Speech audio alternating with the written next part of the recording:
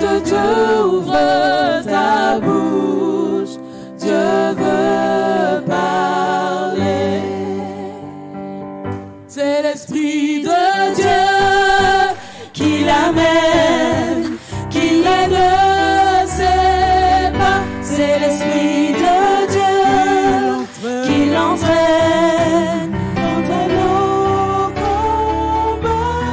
Peuple de Dieu, lève tes mains pour l'adorer. Peuple de Dieu, ouvre ta bouche. Dieu veut parler. À l'agneau de Dieu, soit la gloire dans les lieux très hauts. À l'agneau de Dieu, la victoire, vive notre héros. Peuple de Dieu, lève tes mains pour l'adorer. Peuple de Dieu, ouvre ta bouche. Dieu veut parler. Tu as une armée. Dieu a une armée qui se lève pour lui obéir. Dieu a une armée qui se lève pour le servir. Peuple de Dieu, lève tes mains pour l'adorer. Peuple de Dieu, ouvre ta bouche. Dieu veut parler. C'est l'Esprit de Dieu Qui l'amène, qui ne sait pas. C'est l'Esprit de Dieu qui l'entraîne, l'entraîne au combat. Peuple de Dieu, lève tes mains pour l'adorer. Peuple de Dieu, ouvre ta bouche. Dieu veut parler. chante à l'agneau. À l'agneau de Dieu, soit la gloire dans les lieux très hauts. À l'agneau de Dieu, la victoire, vive notre héros. Peuple de Dieu, lève tes mains pour l'adorer. Peuple de Dieu, ouvre ta bouche. Dieu veut Peuple de Dieu, lève tes mains. Peuple de Dieu, lève tes Je mains veux vous voir lever les pour mains, l'adorer. l'adorer. Peuple de Dieu, ouvre ta bouche. Dieu veut Encore une fois, peuple de Dieu, lève tes mains. Peuple de Dieu, lève tes mains pour l'adorer. Peuple de Dieu, ouvre ta bouche. Dieu veut Et j'aimerais qu'on puisse parler. profiter de ce temps pour élever la voix et lui dire combien il est merveilleux. Lui demander pardon parce que nous ne sommes pas dignes de nous présenter devant lui. Mais lui dire merci pour sa grâce infinie qui se renouvelle tous les jours. Merci pour l'Esprit Saint qui est là pour nous entraîner. L'Esprit Saint qui est là pour nous diriger. Merci Papa parce que tu es là en ce moment. Merci parce que tu nous as précédés dans ce lieu très saint pour nous parler aujourd'hui. Merci parce que tu nous as aimés dès le premier instant et tu as estimé que nous en valions la peine. Merci parce que tu prends soin de nous comme de la prunelle de tes yeux. Merci parce que jamais tu ne nous abandonneras. Et toujours je veux crier Alléluia, gloire à ton nom, parce que tu mérites toute ma louange, tu mérites toute mon adoration, tu mérites que je m'humilie devant toi et que je te dise merci, merci, merci, que je puisse lever les mains et élever la voix en tout temps et en toutes circonstances. Tes mains pour l'acclamer. Peuple de Dieu, ouvre ta bouche. Dieu veut parler. Peuple de Dieu, lève tes mains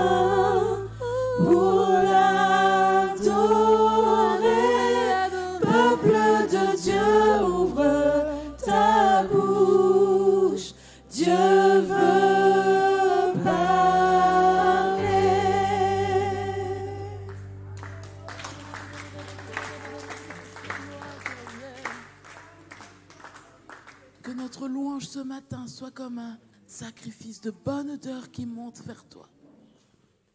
Et que tout ce qui n'est pas de toi puisse être brûlé maintenant et à jamais. Que nous puissions nous présenter devant toi tels que nous sommes, sachant que nous ne sommes rien sans toi. Laisse-nous être éblouis devant ta grandeur. Laisse-nous être éblouis devant ta splendeur. Et que plus rien sur terre ne puisse nous retenir de pouvoir avoir les yeux ouverts sur ta magnificence.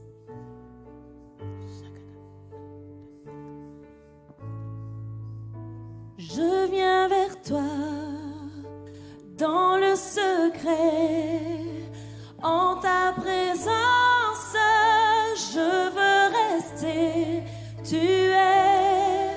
Tu seras toujours là.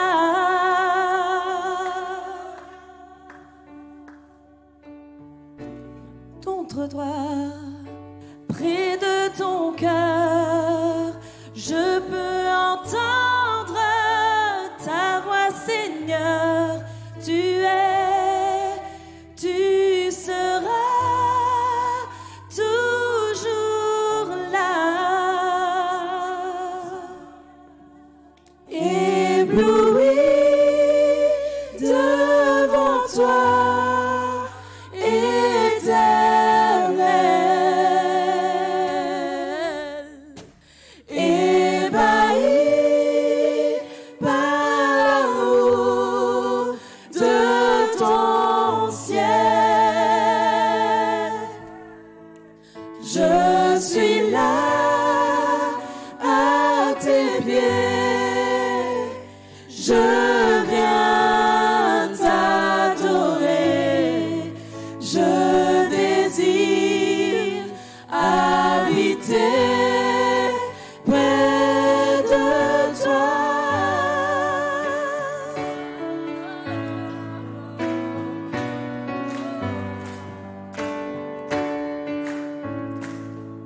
Je vois ton bras, je sens ta main, tu me protèges, tu me soutiens, tu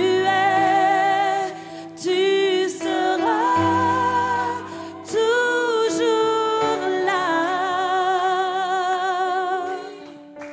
Ébloui devant toi, Éternel. Ébahi par l'amour de ton ciel, je suis là à tes pieds, je viens t'adorer,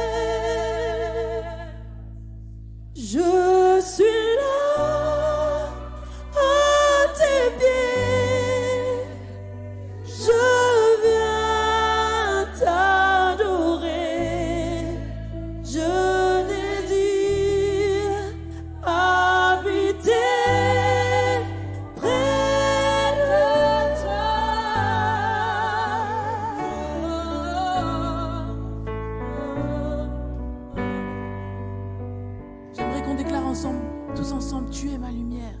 Tu es ma lumière, en toi j'ai un Père heureux, sois ma prière.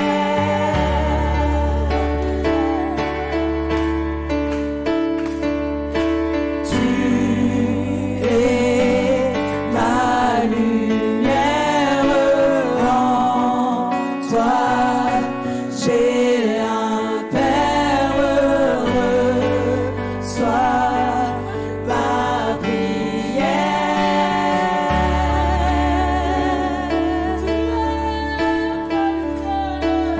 Tu es ma lumière, en toi j'ai un Père heureux, sois ma prière. Je veux entendre que vous le déclarez de toutes vos forces. Tu es ma lumière.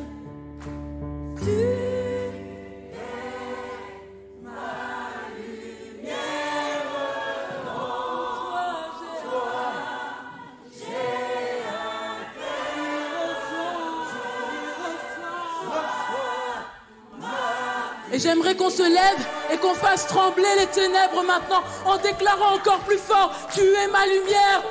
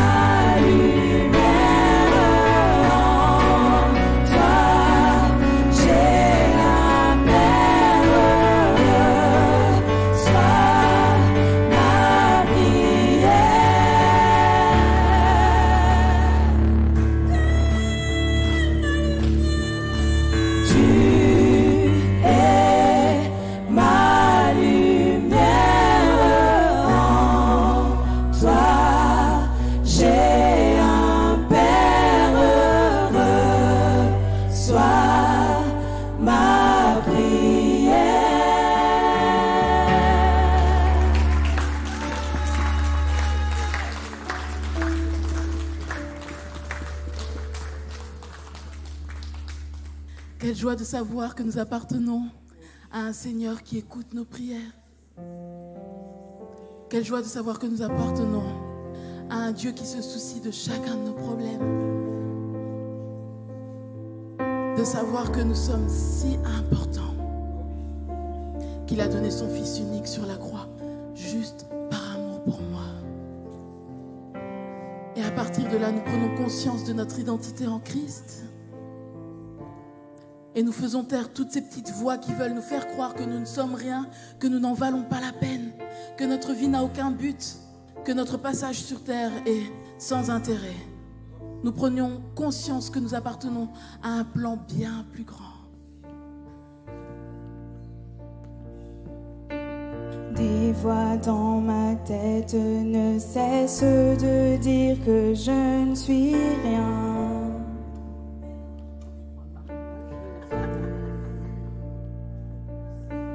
Tous ces mensonges m'amènent à croire que je n'y arriverai pas.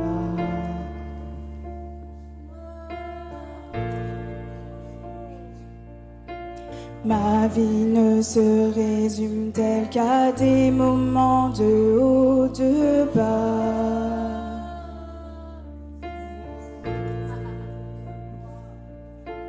Rappelle-moi encore qui je suis, tu sais que j'en ai besoin.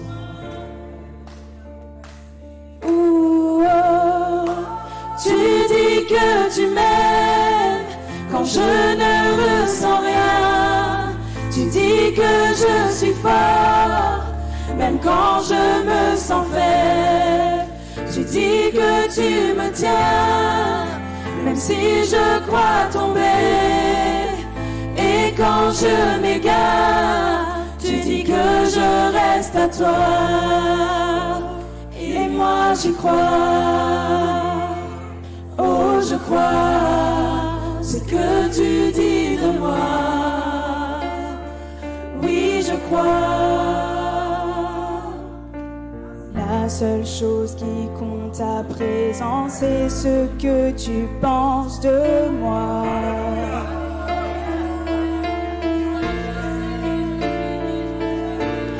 En toi, je sais qui je suis, j'ai trouvé ma valeur en toi. Tu dis que tu m'aimes quand je ne ressens rien. Tu dis que je suis fort, même quand je me sens faible. Tu dis que tu me tiens, même si je crois tomber. Et quand je m'égare, tu dis que je reste à toi. Et moi j'y crois. Oh, je crois ce que tu dis de moi. Oui, je crois. Et moi j'y crois. Oh, je crois ce que tu dis de moi. Oui, je crois. On va dire la seule chose qui compte à présent. La seule chose qui compte à présent, c'est ce que tu penses de moi. Alléluia.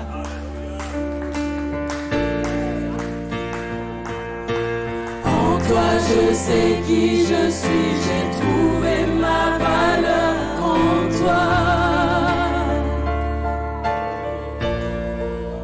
Tu dis que tu m'aimes quand je ne ressens rien.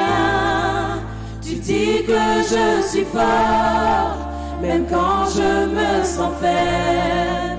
Tu dis que tu me tiens, même si je crois tomber.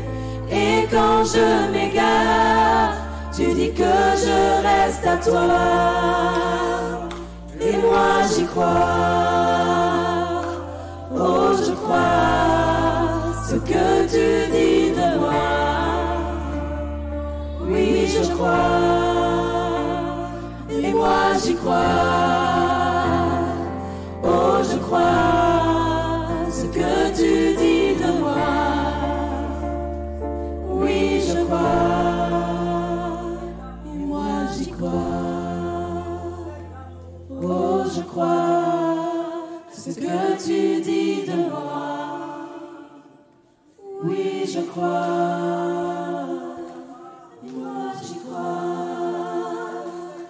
Oh, je crois ce que tu dis de moi. Oui, je crois.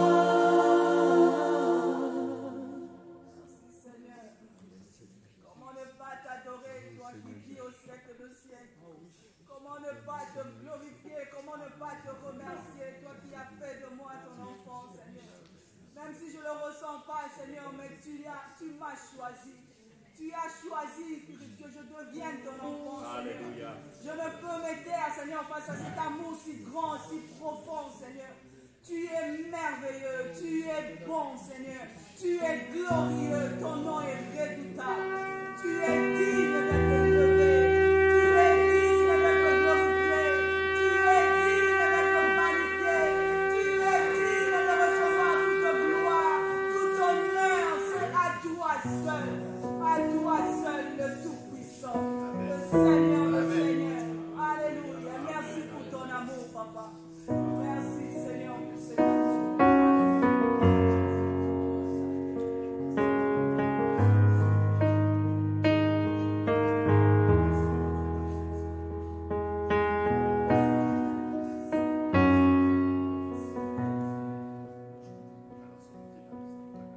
Je te bénis et te garde.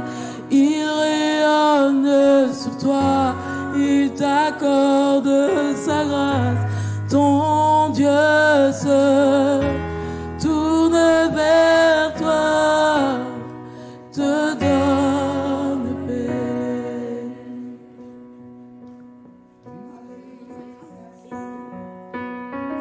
Dieu te bénit et te garde. Il rayonne sur toi, il t'accorde sa grâce. Ton Dieu se tourne vers toi, te donne paix.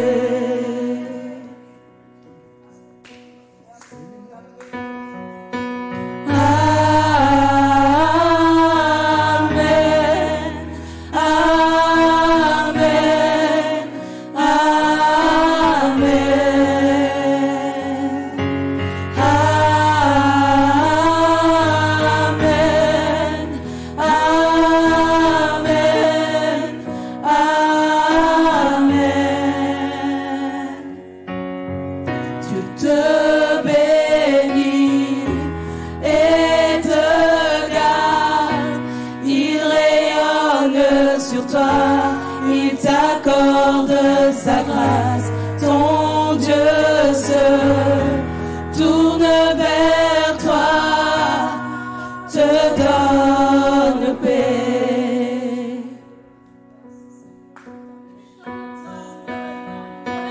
Amen, amen,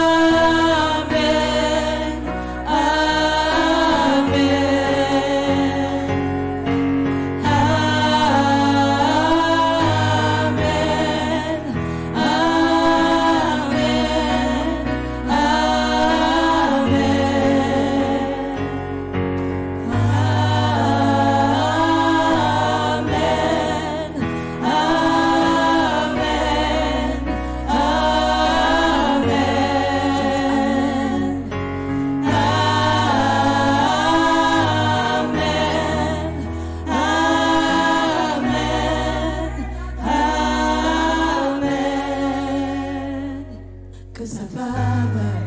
Sur toi pour plus de 1000 générations, sur ta famille et tes enfants et les enfants de leurs enfants, que sa faveur reste sur toi pour plus de 1000 générations, sur ta famille et tes enfants et les enfants de leurs enfants, que sa faveur reste sur toi pour plus de 1000 générations, sur ta famille et tes enfants et les enfants de leurs enfants, que sa présence t'environne, là avec toi, à tes côtés, qu'elle t'inonde et t'entoure. Il est pour toi, il est pour toi, que sa présence t'environne, là avec toi, à tes côtés, qu'elle t'inonde et t'entoure. Il est pour toi, il est pour toi, il est pour toi, il est pour toi, il est pour toi, il est pour toi, il est pour toi, il est pour toi.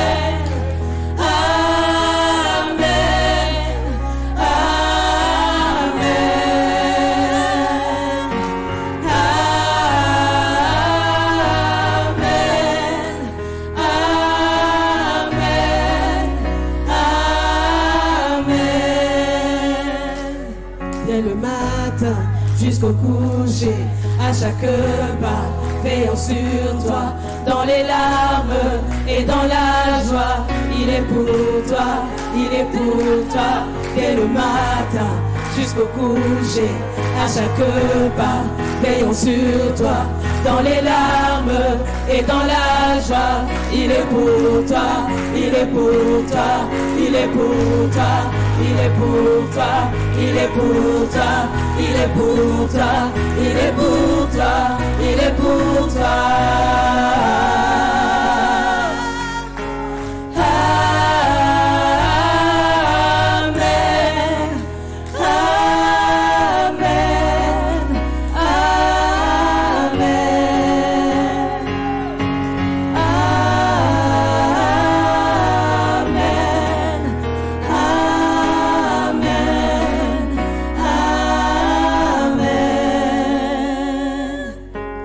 Oh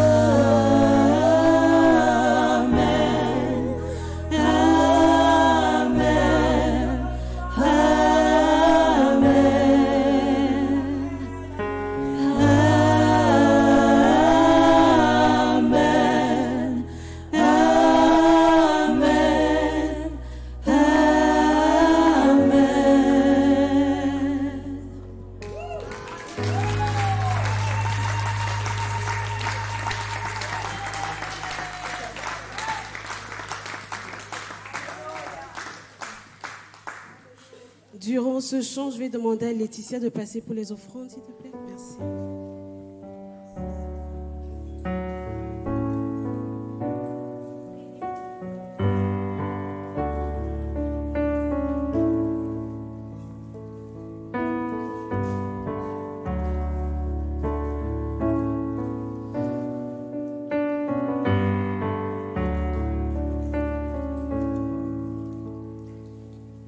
Prosterné à tes pieds, je viens, Jésus, devant toi, adorer, magnifier celui qui s'est sacrifié, quittant ton Père pour la terre, tu as laissé ta gloire, et au calvaire tu t'es offert, tu es le roi de gloire. Pour qui tu es, j'élève ton saint nom. Pour qui tu es, je veux te donner la gloire. Pour qui tu es, je viens devant ton trône, prosterné pour t'adorer.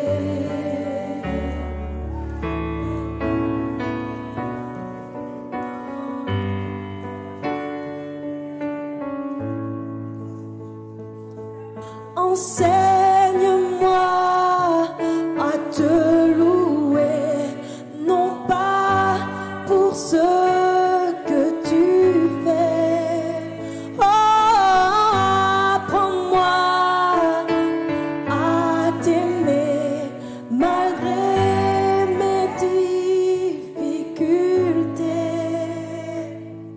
Et même si je ne vois pas ta main posée sur moi, tu as promis qu'à chaque pas tu serais près de moi. Pour qui tu es, j'élève ton saint nom. Pour qui tu es, je veux te donner la gloire. Pour qui tu es, je viens devant ton trône, prosterné pour t'adorer.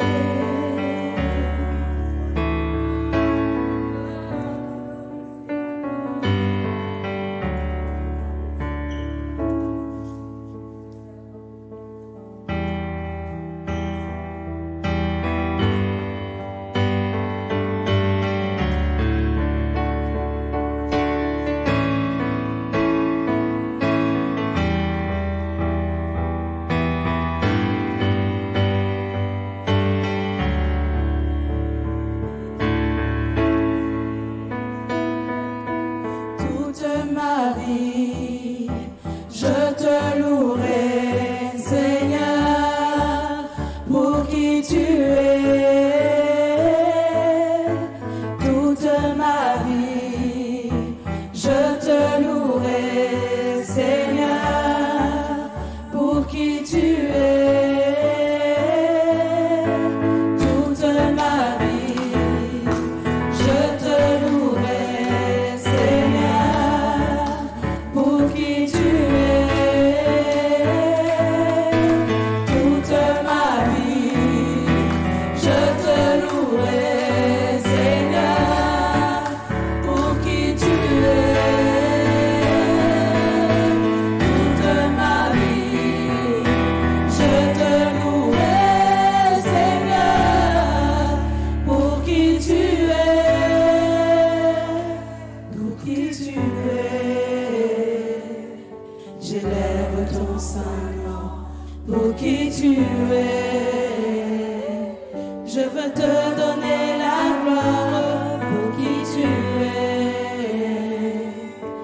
viens devant ton trône, prosterné pour t'adorer.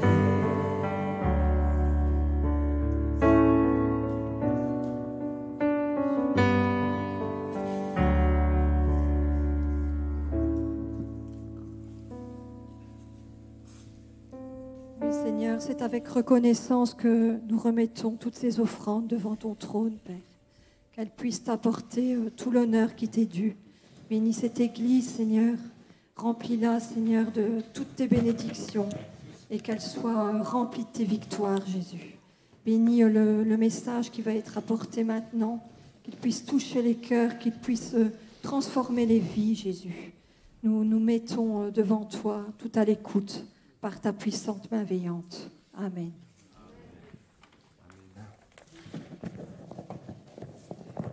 Amen.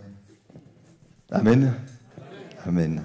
Bienvenue à chacun, à tous ceux que je n'ai pas vus. Et je regarde les visages. J'essaie de deviner les visages. À ceux qu'on revoit, ça fait du bien. Bonjour, bonjour. Oui. À ceux qui...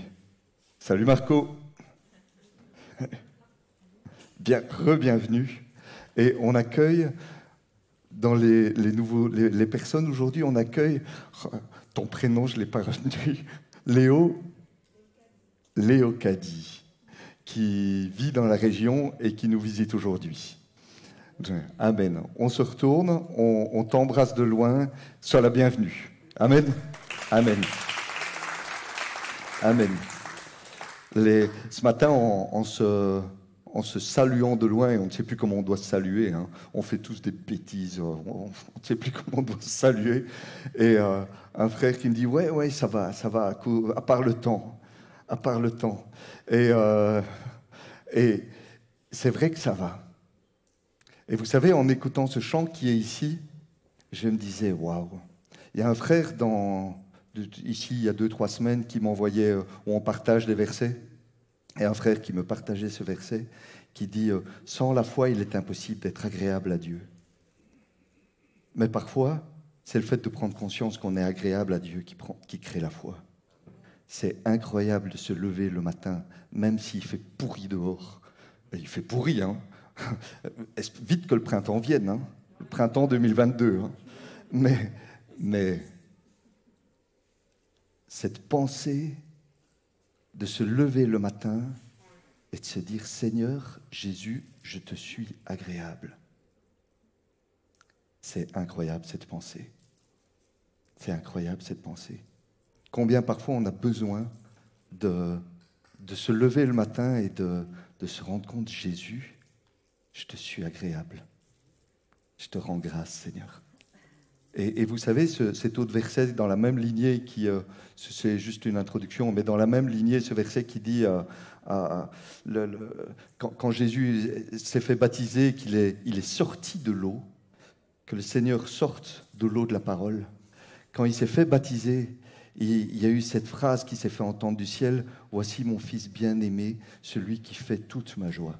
Vous vous rendez compte que le matin, en se levant, « Seigneur, je fais ta joie ce matin. Seigneur, je te fais sourire. » C'est incroyable hein, de se rendre compte et de se dire « Seigneur Jésus, je te fais sourire ce matin. » Ça nous empêche de mettre le pied hors du lit. On laisse le pied dans le lit jusqu'à ce que ça soit rentré, jusqu'à ce que « Ok, ça va, je l'ai celui-là. Je l'ai tous les matins. » Aujourd'hui, je ne sais pas pourquoi je ne me suis pas endormi avant 5 heures du mat. J'en sais absolument rien. Mais que le Seigneur fasse grâce et que le Seigneur fasse venir vibrer et rendre vie à sa parole. Et aujourd'hui, le message qui m'a été donné, qui rumine là depuis quelques jours et qui m'a fait un bien fou, j'espère qu'il va vous faire un bien fou autant. S'il me fait du bien, il fera du bien. S'il ne me fait pas du bien, il ne vous fera pas du bien. Et il ne fera du bien à personne. Et le message d'aujourd'hui, c'est un message qui est là pour ceux qui ont parfois l'impression que les promesses de Dieu, elles tardent. Que les promesses de Dieu, elles tardent. et que parfois ça commence à bien faire, malheureusement. Et qui se demandent quand elles se réaliseront. Et par rapport à ça, tout ce partage-là, on va aller, Marie, si tu veux bien afficher le premier verset, parce qu'on va essayer de résumer et de condenser la vie de Jacob, parce que vachement, c'est ce qui lui est arrivé à Jacob. C'est quand, Seigneur? Vachement, c'est quand? Et je vais prendre quelques versets au hasard, là, enfin pas au hasard, aller relire Genèse de Genèse 25 jusqu'à Genèse 32. Franchement, c'est une histoire extraordinaire. On va prendre quelques versets là-dedans aujourd'hui et on va qui vont essayer de résumer un peu l'ensemble. Et donc, Jacob, il est là, il y a eu Abraham qui a eu pour fils Isaac, qui a eu pour fils Jacob et Ésaü. Et encore, on pourrait même dire, si on veut corriger quand même, il y a eu Abraham qui a eu un fils avec sa servante Ismaël, mais peu importe, mentionnons-le, je dis peu importe parce que ce n'est pas l'objet du jour, qui a eu Isaac, et Isaac a eu des jumeaux. Les enfants se heurtaient dans son sein. Et elle dit, s'il en est ainsi, pourquoi suis-je enceinte? Et elle alla consulter l'Éternel. Et l'Éternel lui dit, 2 nations sont dans ton ventre. 2 peuples se sépareront au sortir de tes entrailles. Un de ces peuples sera plus fort que l'autre, et le plus grand sera assujetti au plus petit. Là, on était en Genèse, on va lire les uns à la suite des autres. On va ensuite, ce qui se passe par la suite, je résume, c'est qu'il y a 2 fils, et il y a Jacob et Ésaü.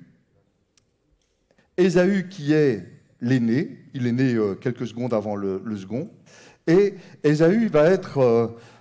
Ésaü, ça va être un castard, ça va être un gars, il a une toison, il est velu, c'est un guerrier, il va chasser le gibier dans les montagnes. Et ça, c'est Ésaü. Et Jacob, il est plus... moi, c'est un poète, et il reste dans le... C'est un poète. On pourrait dire ça comme ça. En tout cas, c'est pas un guerrier, c'est pas un aventurier. D'accord? Et ce qui se passe, c'est que Ésaü est l'aîné, mais Dieu, dès le départ, dit « le droit d'aînesse sera pour Jacob ». Premier épisode, dans le sein de la mère. Deuxième épisode, Jacob va se retrouver en Genèse 25, 29 à 33.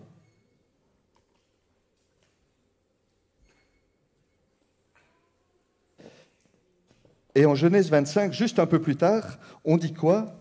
Il est dit que Jacob, vous savez, c'est l'histoire avec le plat de lentilles. C'est l'histoire où Jacob... Je commence, peu importe, je commence l'histoire.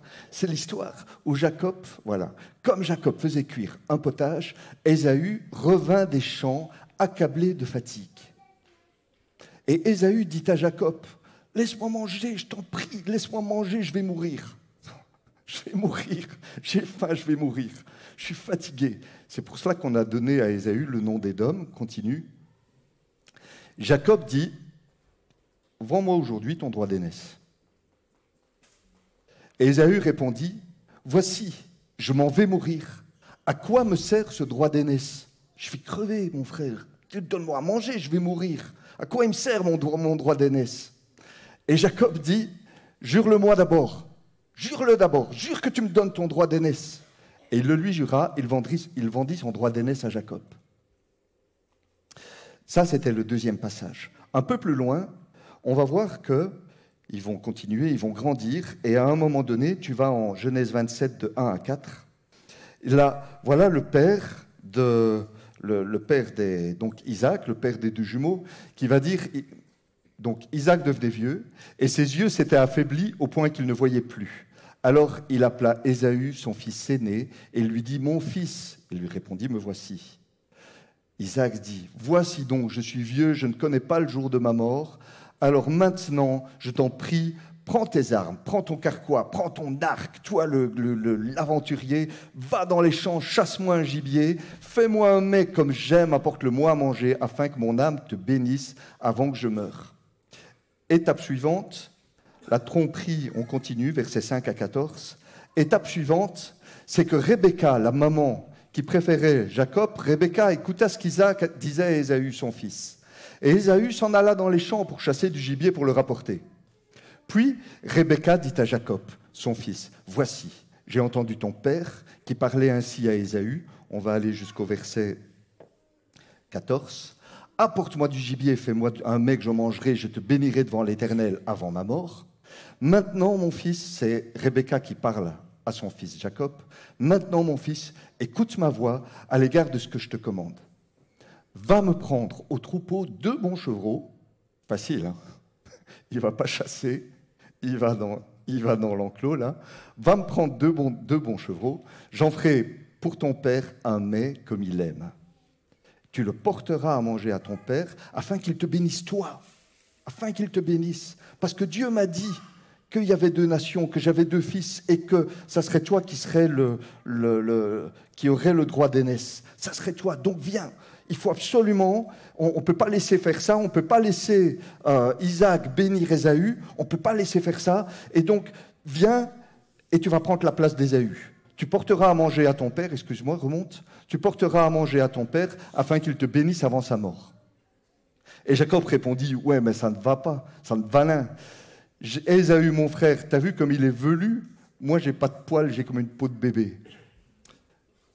Peut-être mon père me touchera-t-il et je passerai à ses yeux pour un menteur et je ferai venir sur moi la malédiction et non la bénédiction. Sa mère lui dit que cette malédiction, mon fils, retombe sur moi. Écoute seulement ma voix, va me les prendre. Jacob alla les prendre, les apporta à sa mère qui fit un mets comme son père aimait. L'étape suivante, c'est du verset 17 au verset 27. Voilà Isaac qui accueille Jacob. Et donc Rebecca place dans la main de Jacob, son fils, le mets et le pain qu'elle avait préparé. Il vint vers son père et dit, « Mon père. » Isaac dit, « Me voici, qui es-tu » Continue. Jacob répondit à son père, « Ben, je suis Ésaü. » Ça a dû avoir du mal à sortir, ça. « Je suis Ésaü, ton fils aîné.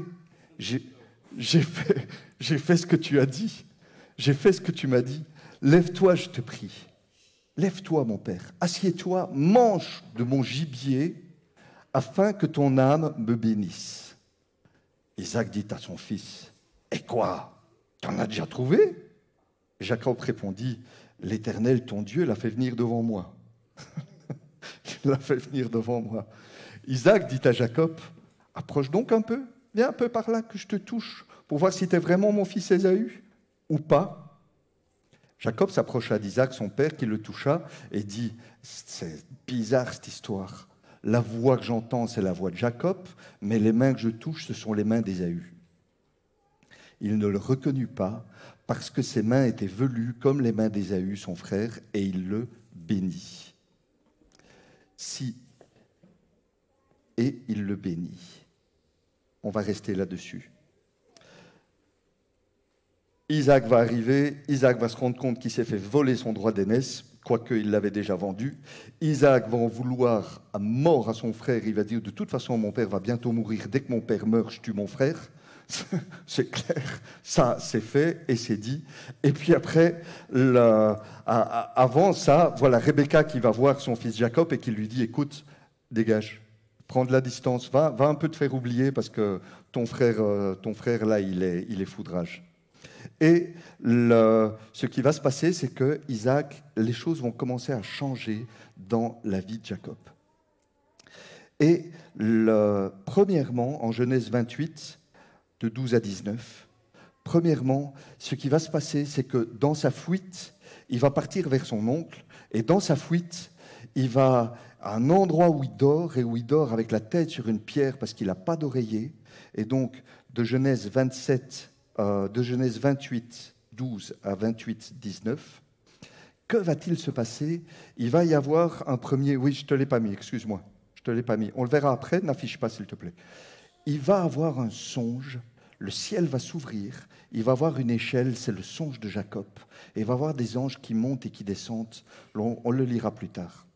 Mais on va aller tout de suite, ça va changer, ça va commencer à changer sa vie. Ça va vraiment commencer à changer sa vie. Genèse 31, de 38 à 42, c'est un passage où on va essayer de résumer la vie qu'il a eue chez son beau-père Laban. Parce que chez son beau-père Laban, il a passé 20 ans. Et chez son beau-père Laban, eh bien, sa vie commençait à changer. Il ne trompait plus les gens, il ne trichait plus, il ne volait plus. C'est lui qui se faisait, il se faisait avoir, mais il se faisait avoir, c'était chaud. Et pendant 20 ans, il s'est fait avoir par son beau-père. Et à un moment donné, ça, c'est un passage que j'ai trouvé qui résume un peu bien la situation. Voilà 20 ans que j'ai passé chez toi, tes brebis, tes chèvres n'ont jamais avorté. J'ai jamais mangé le bélier de ton troupeau. On continue. Je ne t'ai point rapporté les bêtes déchirées, j'en ai payé le dommage. Tu me redemandais ce qu'on me volait de jour et ce qu'on me volait de nuit. La chaleur me dévorait pendant le jour, le froid me dévorait pendant la nuit, le sommeil fouillait de mes yeux. Voilà 20 ans que j'ai passé dans ta maison, je t'ai servi 14 ans pour pouvoir épouser tes 2 filles, 6 ans pour élever ton troupeau, et tu as changé 10 fois mon salaire. Si je n'eusse pas eu pour moi le Dieu de mon père, on voit ici le songe qu'il avait eu, qui avait eu ses traces et qu'il avait changé pendant, il avait trouvé plus trompeur que lui. Si je n'eusse pas eu pour moi le Dieu de mon père, le Dieu d'Abraham, celui que craint Isaac, tu m'aurais maintenant renvoyé à vide. Dieu a vu ma souffrance et le travail de mes mains, et hier, il a prononcé son jugement. Ça, c'est les 20 ans qu'il a passé là-bas.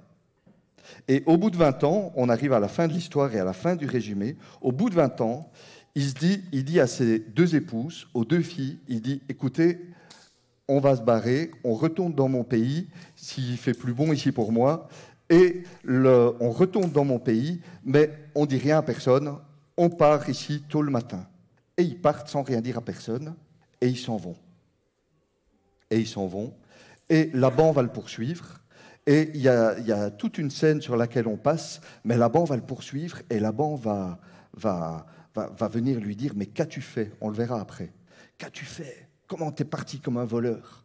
Il dira même « J'ai eu peur que tu gardes mes filles, que tu gardes mes femmes, tes filles. J'ai eu peur que tu gardes mes femmes. » Pourtant, sont ses femmes ou sont pas ses femmes? Il avait peur que son beau-père garde ses filles. Et au bout de ce chemin-là, il arrive à la frontière du pays dans lequel il revient, de sa patrie, et on est en Genèse 32, versets 6 et 7. Et en Genèse 32,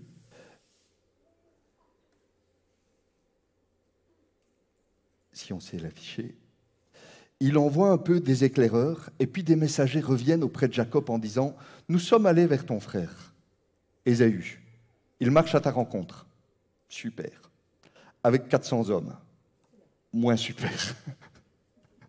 Jacob fut très effrayé et saisi d'angoisse. Il partagea en 2 camps les gens qui étaient avec lui, les brebis, les bœufs et les chameaux. Et il dit, si Ésaü vient contre l'un des camps et le bat, le camp qui restera pourra se sauver. Jacob dit, Dieu de mon père, Abraham, Dieu de mon père Isaac, éternel, toi qui m'as dit, retourne dans ton pays et dans ton lieu de naissance et je te ferai du bien. Je suis trop petit pour toutes les grâces et pour toutes les fidélités dont tu as usé envers ton serviteur, car j'ai passé ce Jourdain avec mon bâton et maintenant je forme 2 camps. Délivre-moi, je te prie, de la main de mon frère, de la main d'Ésaü, car je crains qu'il ne vienne, qu'il ne me frappe avec la mère et les enfants. Et toi, tu as dit, je te ferai du bien et je rendrai ta postérité comme le sable de la mer, si abondant qu'on ne saurait le compter. C'est dans ce lieu-là que Jacob passa la nuit. Il prit ce qu'il avait sous la main pour faire un présent à Ésaü son frère. Il n'avait plus grand-chose. 200 chèvres, 20 boucs, 200 brebis, 20 béliers, 30 femelles de chameaux avec leurs petits qu'elles allaitaient, 40 vaches et 10 taureaux, 20 ânesses et 10 ânes. Il les remit à ses serviteurs, troupeau par troupeau, séparément. Il dit à ses serviteurs, passez devant moi, mettez un intervalle entre chaque troupeau. Allez-y, je vais essayer d'amadouer mon frère, là. Je lui envoie un troupeau, et puis un autre, Peut-être qu'au 10e, il comprendra. Il donna cet ordre au premier, quand Ésaü, mon frère, te rencontrera et te demandera qui es-tu, où vas-tu, à qui appartient ce troupeau devant toi. Tu répondras, il appartient à ton serviteur Jacob, c'est un présent envoyé à mon seigneur Ésaü, et voici, il vient lui-même derrière nous. Il donna le même ordre au second, au troisième, à tous ceux qui suivaient les troupeaux. C'est ainsi que vous parlerez à mon seigneur Ésaü quand vous le rencontrerez. Vous direz, voici ton serviteur Jacob qui vient aussi derrière nous, car il se disait, je l'apaiserai par ce présent qui va devant moi. Ensuite, je le verrai en face, peut-être m'accueillera-t-il favorablement. On continue. Le présent passa devant lui, resta cette nuit-là dans le camp. Il se leva la même nuit, prit ses 2 femmes, ses 2 servantes, ses 11 enfants, et passa le gué de Yabok. Il les prit, leur fit passer le torrent, et le fit passer à tout ce qui lui appartenait. Jacob demeura seul. Et là, on a eu le résumé, on arrive sur le sujet du jour. Il demeura seul, alors un homme lutta avec lui jusqu'au lever de l'aurore. Voyant qu'il ne pouvait le vaincre, cet homme le frappa à l'emboîture de la hanche, et l'emboîture de la hanche de Jacob se démit pendant qu'il luttait avec lui.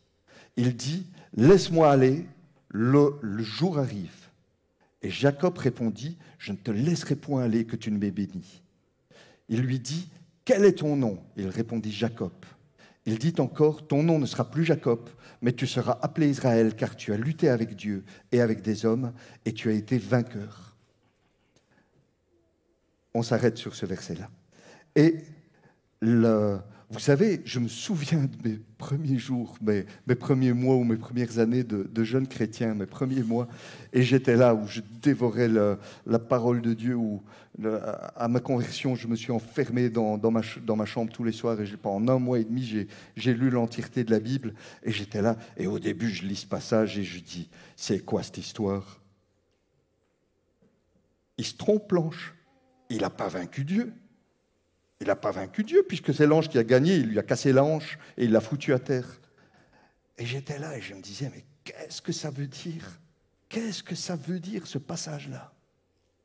Qu'est-ce que ça veut dire? Jusqu'à je pense encore à Henri Arnagel, qui était un pasteur alsacien, qui vient nous visiter, et dans un message qui vient et qui dit, vous vous rendez compte? Comment vaincre Dieu? En tombant les armes. Et je me dis, ça a du sens. Ça a du sens. En tombant les armes et en arrêtant le combat. Et vous savez,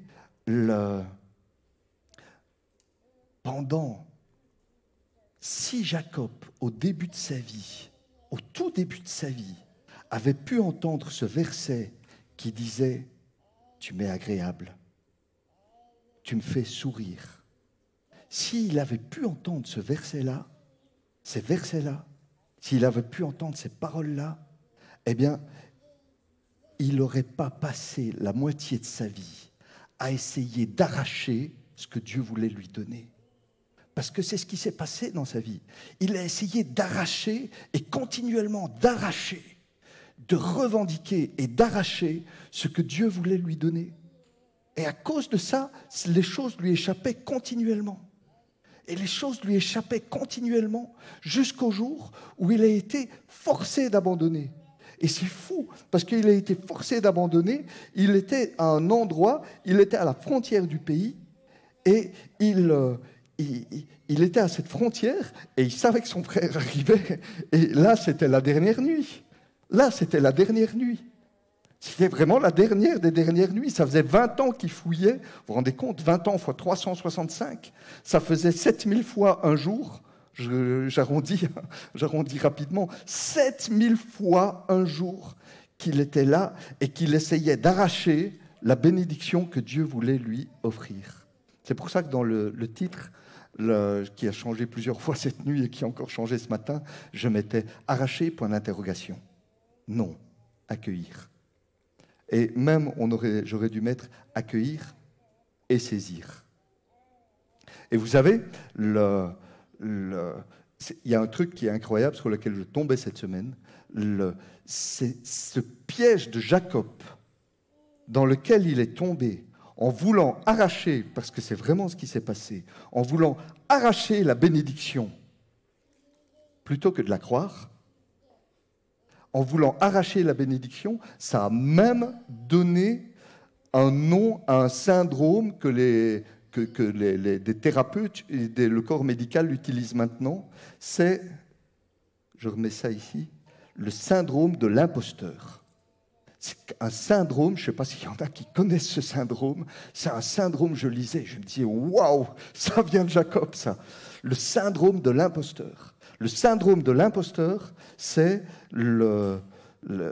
un état d'être dans la vie d'une personne où il a l'impression qu'il est tellement en déficit de confiance dans lui qu'il a l'impression de ne pas mériter ce qui lui arrive. Il a toujours l'impression, là je vais lire parce que c'est de la... 3 piliers dans ce syndrome. Même quand on réussit, on n'est pas fier de soi, on minimise la réussite et on a l'impression de tromper son monde. Ça vous est déjà arrivé ? Deuxième syndrome, la peur d'être démasqué. Vous savez, on a eu un job, on a eu un nouveau job, on travaille dans ce job. Mais pourquoi j'ai accepté ce job ? Je suis vraiment pas à la hauteur, je suis en train de bluffer tout le monde. Là, le jour où je vais être démasqué, où ils vont se rendre compte que je suis nul, eh bien ce jour-là, ça va être ma vie va s'effondrer. Ma vie va vraiment s'effondrer. C'était le deuxième syndrome, la peur d'être démasqué. Et le troisième syndrome, c'est d'attribuer ses soucis et ses complexes, ses soucis et ses compétences au hasard et à la chance. C'est fou. Le syndrome de l'imposteur. Et vous savez quoi ? Probablement que Jacob, il souffrait de ce syndrome de l'imposteur. Il avait l'impression qu'il était là, c'est ce qui s'est passé dans sa vie. Hein. Il était là, il savait que d'un côté, il y avait une bénédiction, mais d'un autre côté, il se disait, c'est pas possible, c'est pas pour moi ça. Et alors, il essayait de l'arracher continuellement. Et quand il essayait de l'arracher, il y avait une petite voix en lui qui était là, qui lui disait, c'est presque ça, mais c'est pas tout à fait ça. Et il a passé 20 ans à essayer d'arracher la bénédiction plutôt que de la croire, plutôt que de croire que nous sommes agréables à Dieu. Et plutôt que de croire que, encore ce matin, aujourd'hui, on est le 1er août 21, encore ce matin, on est là, et chacun, au lever, nous avons fait sourire l'Éternel. Amen. Amen. Amen. Vous savez, ce qu'il y a d'hyper étonnant, c'est que parfois, on se retrouve à vouloir arracher ce qui est légitime. On se retrouve à vouloir arracher ce qui est légitime. Et on se retrouve à vouloir arracher ce qui est légitime. Je ne sais pas si ça parle à quelqu'un, si ça a été mis sur mon cœur, je suis certain que ça parle à quelqu'un. On se retrouve à vouloir arracher ce qui est légitime. Et soit on est exactement dans le même cas que Jacob, soit on aurait été dans nos vies abîmés par des paroles destructrices qui font qu'on a l'impression qu'on n'en est pas digne. Et on est là, on se retrouve, cette tendance, cette pensée qui est là, nous amène à soit à laisser tomber, soit nous amène à de nouveau essayer d'arracher ce que Dieu nous promet. Jacob a passé 20 ans à arracher ce que Dieu voulait lui donner. Je dis 20 ans, mais c'est même pas 20 ans, c'est toute sa vie. Il a reçu, quand il a été forcé d'abandonner, quand il a abandonné le combat. Et à ce moment-là, il a découvert la bienveillance de Dieu. Et à ce moment-là, il a découvert la bienveillance de Dieu. Vous savez, il y en a un autre, en méditant sur ce passage-là, il y en a un autre qui est là, dans la Bible, il y en a sûrement des tas, peut-être tous. Il y en a un autre qui a vécu quelque chose de tout à fait semblable, je pense à David. Si tu veux bien, on va aller en 2 Samuel 12, de 13 à 14. Et je pense à David. David, il était là. David, il s'était planté. David, c'est un moment de sa vie, le roi David, le 2e roi d'Israël, celui que Dieu a choisi, un homme selon le cœur de Dieu. Le roi David, il est là, Pendant que toute son armée, tout le monde était à la guerre, lui il se promenait sur la terrasse et là il a dérapé et il a commis un adultère. Il a couché avec une femme qu'il voyait sur une terrasse qui était en train de se baigner. Et David, il était là, non seulement il a couché avec elle, elle est devenue enceinte, il a fait tuer son mari. L'homme selon le cœur de Dieu, il a tué son mari. Et à un moment donné, 9 mois après, quand l'enfant est né, et quand il a épousé cette femme-là, 9 mois après, il y a le prophète qui vient et qui adroitement lui montre, t'as dérapé là. Et David dit à Nathan, à ce moment-là, il est là devant son problème, et David dit à Nathan, j'ai péché contre l'Éternel. Et Nathan dit à David, l'Éternel pardonne ton péché, tu ne mourras point. Mais parce que tu as fait blasphémer les ennemis de l'Éternel en commettant cette action, le fils qui t'est né mourra. Continue. Nathan s'en alla dans sa maison, l'Éternel frappa l'enfant que la femme d'Uri avait enfanté à David. On ne dit pas la femme de David, hein, que la femme d'Uri avait enfanté à David. Et il fut dangereusement malade. David pria Dieu pour l'enfant. Et là, c'est encore une fois où David, là aussi, essaie d'arracher quelque chose. Et David pria Dieu pour l'enfant, et il jeûna. Et quand il entra, il passa la nuit couché par terre. On continue. Continue. C'est le dernier passage un peu historique. Les anciens de sa maison insistèrent auprès de lui pour le faire lever de terre, mais il ne voulut point, il ne mangea rien avec eux. Le 7e jour, l'enfant mourut. Les serviteurs de David craignaient de lui annoncer que l'enfant était mort. Car il disait, voici, lorsque l'enfant vivait encore, on lui a parlé, il n'a pas voulu écouter. Maintenant, comment oserions-nous lui dire, l'enfant est mort? Il s'affligera bien davantage. David aperçut que ses serviteurs parlaient tout bas entre eux, et il comprit que l'enfant était mort. Il dit à ses serviteurs, l'enfant est-il mort? Ils répondirent, il est mort. Continue. Alors David se leva de terre, il se leva, soignit, changea de vêtements, puis il alla dans la maison de l'Éternel, se prosterna. De retour chez lui, il demanda qu'on lui servît à manger et il mangea. Continue. Ok, j'ai fait arrêter là. Et la suite de l'histoire, c'est que les serviteurs disent, on ne comprend pas. On ne comprend pas. Quand l'enfant était vivant, tu jeûnais, et maintenant qu'il est mort, tu reprends vie. Et même chose, David qui est là, qui ne comprend pas. Et vous savez, à un moment j'étais là et je méditais sur cette histoire-là. Et là, Dieu vient faire une promesse à David. David a commis un adultère et David a une descendance et David a un bébé qui est né de l'adultère. Et Dieu lui promet, il va mourir. C'est chaud, hein? Parfois, dans nos vies, on est là, on a des attitudes et on a des phases dans nos vies où on est là, où on a des attitudes qui sont juste à côté, un peu comme si on donnait naissance à une autre version de nous-mêmes. Vous savez, juste à côté. Pas exactement dans le chemin du Seigneur, pas dans son amour, pas dans sa grâce, pas dans ces versets qui nous disent qu'on est agréable à l'Éternel, pas dans ces versets qui nous disent qu'on fait sourire l'Éternel. Et parfois, on est là et notre attitude a un peu comme si on avait donné naissance à une version de nous-mêmes qu'on n'aime pas trop. Vous savez, qu'on n'aime pas trop. Et qu'est-ce qu'on fait? On est là, on jeûne et on prie et on essaie de réparer le bébé. On essaie de réparer le bébé. Seigneur, et on essaie de réparer, et on fait des jeûnes, et on prie, et on essaie de réparer le bébé, et on essaie d'arracher quelque chose pour essayer de réparer le bébé. Et Dieu vient nous dire, cette version de toi-même, là, celle que tu n'aimes pas, laisse tomber, je vais la faire mourir.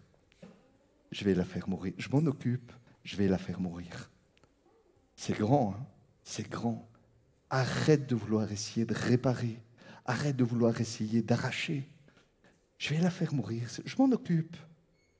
Je m'en occupe. Et vous savez quoi? De ce couple-là, ce qu'il y a d'incroyable, c'est que de ce couple-là, de David et de Bersheba, va naître, Dieu va donner un autre fils.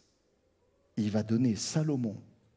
Salomon qui va construire le temple de l'Éternel sur la montagne et qui va faire qu'Israël brille aux yeux du monde qui est autour. C'est incroyable. Parfois, on a donné naissance, nos vies ont donné naissance à des versions de nous-mêmes, des versions bêta. Des versions bêta. Je me souviens de... C'était Raphaël, hein, il était en train d'apprendre ça à l'école en gardienne. Soyez des alphas, pas des gros bêtas. Pas des gros bêtas. Et parfois, on a donné naissance à des versions de nous-mêmes qu'on n'aime pas. Et Dieu nous fait la promesse. T'inquiète, celui-là, je vais le faire mourir. Arrête d'essayer de le réparer. Arrête d'essayer d'arracher. Je vais le faire mourir, celui-là. Je vais le faire disparaître. Je vais le faire disparaître. Et tu sais quoi? Je vais te donner la vraie descendance, le fils selon mon cœur. Je vais te donner la vraie descendance. Quand David va dire au prophète à un moment donné, je vais construire une maison pour l'Éternel, le prophète lui dit, ouais, t'as bien fait d'avoir cette pensée-là, vas-y. Et le lendemain, il revient et lui dit, hop, hop, hop, hop, hop, c'est pas toi qui vas construire ce temple pour l'Éternel, c'est ton fils. Vous savez ce que ça veut dire? Ça veut dire, c'est pas toi, c'est la vie que moi j'ai donnée. C'est moi qui vais te construire un temple. Arrête d'essayer d'arracher. Arrête vraiment d'essayer d'arracher. Et je me dis combien de fois dans nos vies, on n'est pas là quand on a donné naissance à des versions de nous-mêmes, à des versions bêta, qu'on n'est pas là en train de vouloir essayer de les corriger, vraiment de les corriger, de les réparer, de vouloir réparer le bébé. De vouloir réparer le bébé. Maintenant, le piège, hein, souvent, c'est de laisser partir le bébé avec l'eau du bain. Christelle déteste cette expression. C'est horrible hein, quand on la visualise. Mais ne visualisons pas ça, mais laissons partir le bébé. Laissons partir le bébé. Gardons l'eau du bain. Gardons l'eau du bain. C'est incroyable. On va lire le cheminement de Jacob. C'est incroyable, comment va-t-il arriver à ce moment où il est là et où il arrive enfin à arrêter d'arracher, mais où il commence à accueillir et à saisir. Si tu veux bien, on va en Genèse 28, de 12 à 19, le fameux songe de Bethel. Merci. Elle dégaine plus vite que moi. Jacob a donc... On va s'arrêter sur 3 passages. Jacob a donc fui, il a volé la bénédiction à son frère, il essaie encore d'arracher, il a volé la bénédiction à son frère, et il est là, et il n'est pas encore chez Laban, et à un endroit où il dort, il eut un songe, et voici, une échelle était appuyée sur la terre, son sommet touchait au ciel, et voici, les anges de Dieu montaient et descendaient par cette échelle. Continue, oui. Voici... Voilà. On n'en a pas passé un? Remonte au-dessus. Ouais. Et voici l'Éternel, oui, ça a plus de sens. Et voici, l'Éternel se tenait au-dessus d'elle, au-dessus de l'échelle. Et il dit, je suis l'Éternel, le Dieu d'Abraham, ton père, le Dieu d'Isaac. La terre sur laquelle tu es couché, je la donnerai à toi et à ta postérité. Ta postérité sera comme la poussière de la terre, tu t'étendras à l'Occident, à l'Orient, au Septentrion et au Midi, et toutes les familles de la terre seront bénies en toi et en ta postérité. Continue. Voici, je suis avec toi, je te garderai partout où tu iras, je te ramènerai dans ce pays, car je ne t'abandonnerai point, que je n'ai exécuté ce que je te dis. Jacob s'éveilla de son sommeil et elle dit, certainement l'Éternel est en ce lieu, et moi je ne le savais pas. Il eut peur et dit que ce lieu est redoutable. C'est ici la maison de Dieu. C'est ici la porte des cieux. Et Jacob se leva de bon matin. Il prit la pierre dont il avait fait son chevet, son oreiller. Il la dressa pour monument et il versa de l'huile sur son sommet. Il donna à ce lieu le nom de Bethel. Mais la ville s'appelait auparavant Luz. Ça, c'est à partir de ce moment-là, il va avoir cette révélation. Et à partir de ce moment-là, si tu veux bien, je ne sais pas si je l'ai mis, mais on va aller en Genèse 31-26. À partir de ce moment-là, son attitude va commencer à changer. Il sait que Dieu le bénit. Il va tricher un peu moins. Il va voler un peu moins. Et c'est bien. Il va voler un peu moins, mais il va quand même continuer à voler. Au moment où, si tu l'as trouvé le passage, au moment où il quitte, 20 ans plus tard, où il quitte Laban et on est en 31-26. Laban le poursuit, 7 jours de poursuite avec tous ses hommes, et Laban dit à Jacob, qu'as-tu fait? Pourquoi m'as-tu trompé? Et emmènes-tu mes filles comme captives par l'épée? Encore une fois, Jacob s'est retrouvé à voler et à prendre captive quelque chose qui est à lui. Et il a toujours l'impression qu'il est en train de voler quelque chose, alors que ce quelque chose est à lui. C'est incroyable. Il est encore en train d'avoir l'impression de voler quelque chose, alors que c'est à lui. C'est plus les filles de Laban, ce sont ses épouses. Et donc, on voit qu'il y a un cheminement. Il est de moins en moins dans le fait d'arracher, mais il est quand même encore un peu dans le fait d'arracher. Ça, c'est le premier point que je voulais, on va en parler juste après. Le deuxième point que je voulais souligner, c'est Genèse 31, 19. Genèse 31, 19. Au moment de quitter Laban et de partir là dans la nuit comme des voleurs, tandis que Laban était allé tondre ses brebis, Rachel déroba les téraphim de son père. Vous savez, c'est quoi les téraphim? C'est les petites statues d'idoles. C'est les petites statues d'idoles. Ils avaient des cultes avec des petites idoles et des statues. Donc c'est l'oncle de... Et ils avaient des petites statues d'idoles. On va revenir là-dessus, mais c'est drôle que Rachel, elle vole les idoles, elle les met dans sa besace et ils partent ensemble. Le troisième point qu'on va souligner, c'est en Genèse 32-24, c'est que au moment, à la fin de ce passage, quand il arrive à la frontière, quand il fait passer le gué de Yabok, Jacob demeura seul. Alors, et on va simplement rester là-dessus, Jacob demeura seul.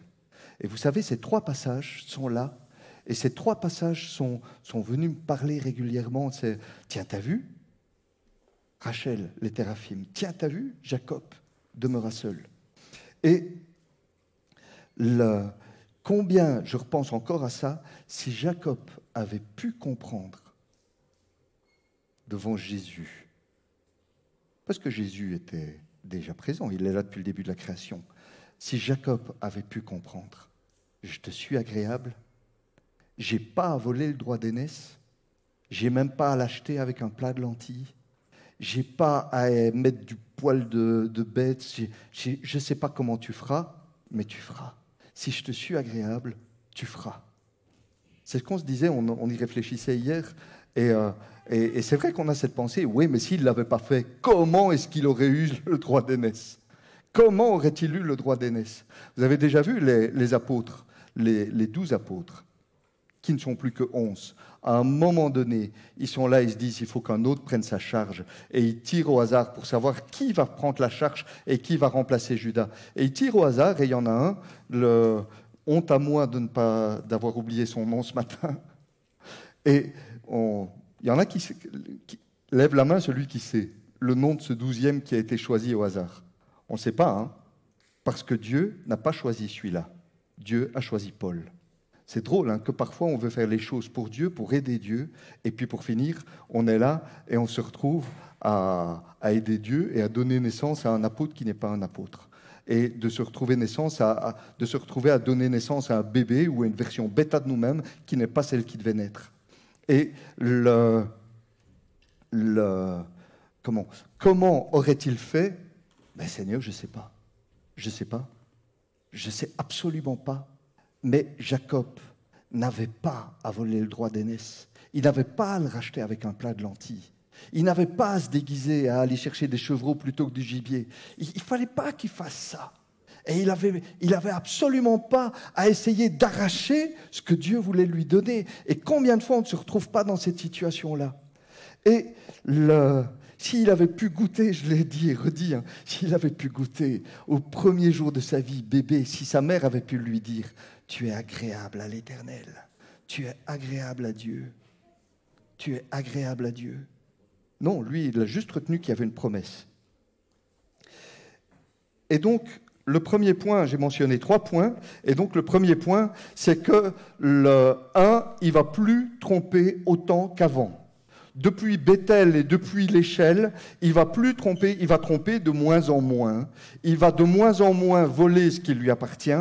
Il va de moins en moins et jusqu'à être au pied du mur.